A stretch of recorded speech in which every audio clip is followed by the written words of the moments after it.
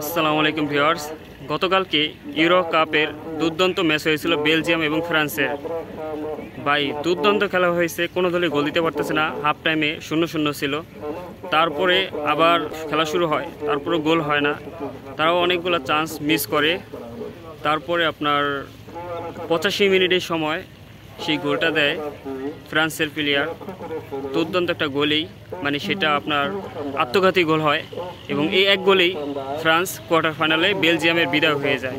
Belgium দুর্দান্ত খেলেছে, D Bruyne এবং গ্রিজম্যান এবং এমবাপ্পেও দুর্দান্ত খেলেছিল, বাট গোল পাচ্ছিল না।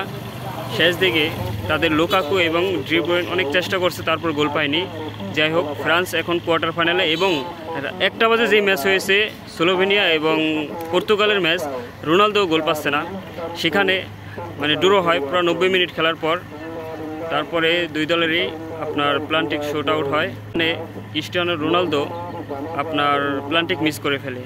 গ্যালারিতে তার মা বসেছিল, রোনালদো অনেক কান্নাকাটি করতেছে, তার মা সেটা দেখেও তিনিও কান্নাকাটি করতেছে।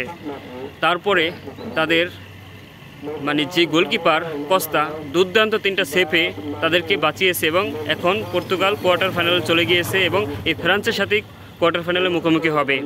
এবং আজকে রাতে দুর্দান্ত একটি ম্যাচ রয়েছে কোয়ার্টার ফাইনালের, সেটা হলো আপনার স্পেন জার্মানি।